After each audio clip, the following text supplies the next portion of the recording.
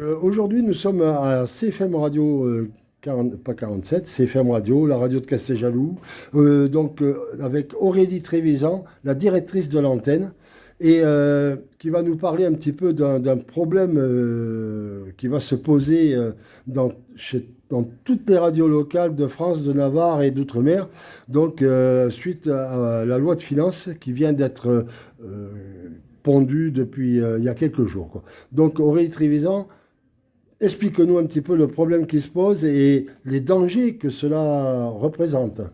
Bonjour et merci beaucoup de me donner la parole. Alors le 14 octobre dernier, au soir, nous avons appris avec stupeur, toutes les radios de France et d'outre-mer, que dans le projet de loi de finances 2026, la ligne dédiée aux radios locales associatives non commerciales, le fonds de soutien à l'expression radiophonique, était amputée de 44%, passant de 35 millions à 19 millions. C'est un vrai coup de massue. C'est un étranglement pour nos radios. Il faut connaître les particularités pour cela de nos radios associatives non commerciales. Nous sommes limités à 20% du chiffre d'affaires en publicité. Nous travaillons énormément en local avec des élus locaux, mais également avec des associations, avec des entreprises. Nous leur donnons la parole. Nous faisons vivre le territoire. Or, si ce plan de loi de finances est maintenu à moins 44%, demain, en France, sur les 770 radios qui existent, ces radios associatives non commerciales, dites de catégorie A, c'est la moitié des radios qui ferment et c'est 2400 emplois sur 3000.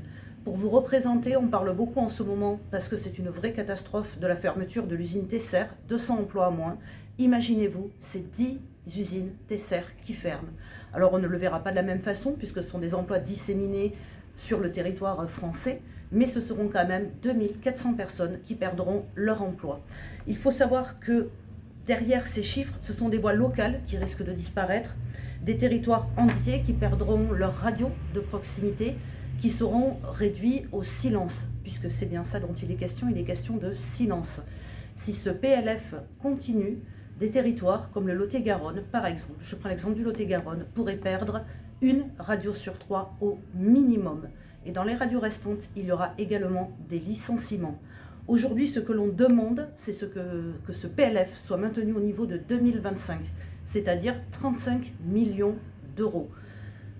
On était prêt, comme tout le monde, à faire des efforts, une petite économie, 5% en moins, mais là on porte 44%.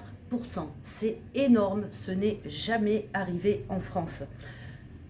Soutenir les radios associatives locales, c'est investir dans la diversité, la proximité et la vitalité de notre territoire, puisque nos radios locales font également partie du paysage médiatique et permettent un pluralisme.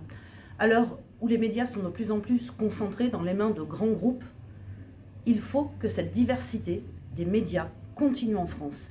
Et elle continuera avec les radios locales qui vivent. Nous avons interpellé nos députés, nos sénateurs, le président de la région, les conseillers régionaux, la présidente du département, les conseillers départementaux, les présidents des EPCI, les maires du Lot-et-Garonne, pour leur demander leur soutien.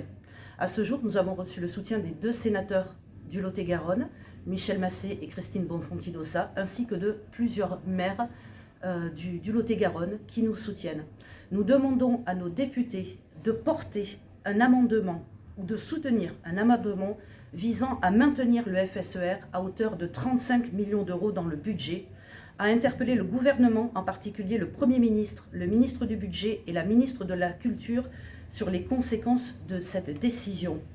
Plus que jamais, l'avenir des radios locales, qui est une part de l'histoire de France, est menacé. Il nous faut donc agir collectivement au risque de les voir mourir. Nous tomberons peut-être, mais nous ne tomberons pas sans combat, ni dans le silence. Personne ne pourra dire qu'il n'était pas au courant. Mais Aurélie, je te remercie et j'espère que ta voix sera entendue au-delà des frontières de Casteljaloux.